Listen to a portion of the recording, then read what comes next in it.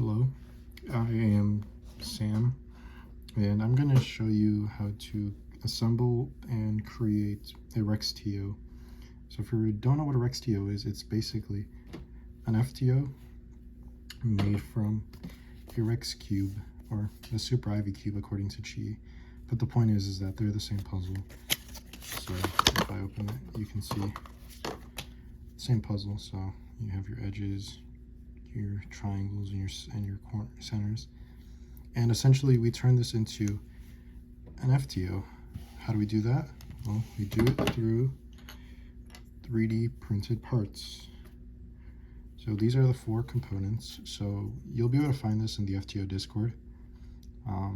This version specifically came with a cage like this rather than a more square cage. I'll link that in case you want the cheaper option.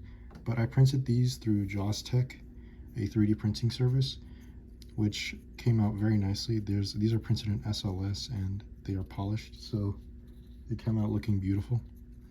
And you're going to have to assemble this using you're going to assemble the FTO with this as the base. You're going to have to remove parts, glue, and magnetize.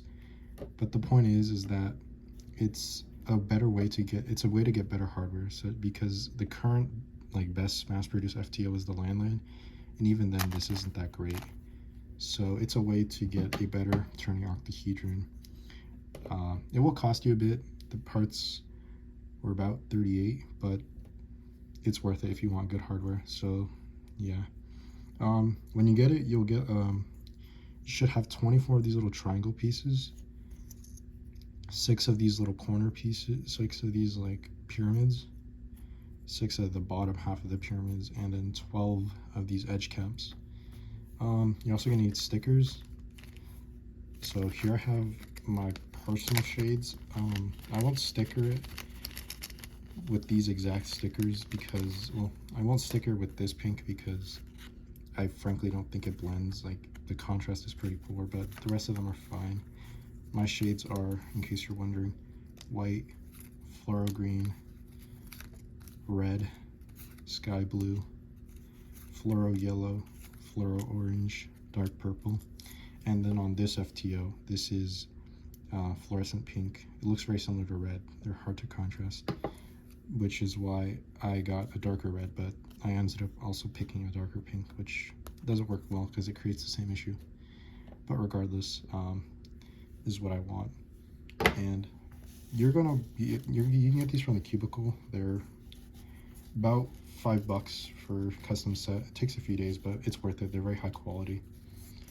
And I'm basically just going to explain each step of the process. So disassembling this and figuring out which parts are important to keep and which ones you can disregard.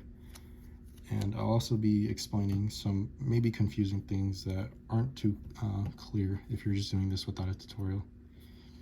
So that's pretty much all I have to cover for just the preface. So you'll have your parts, your cube.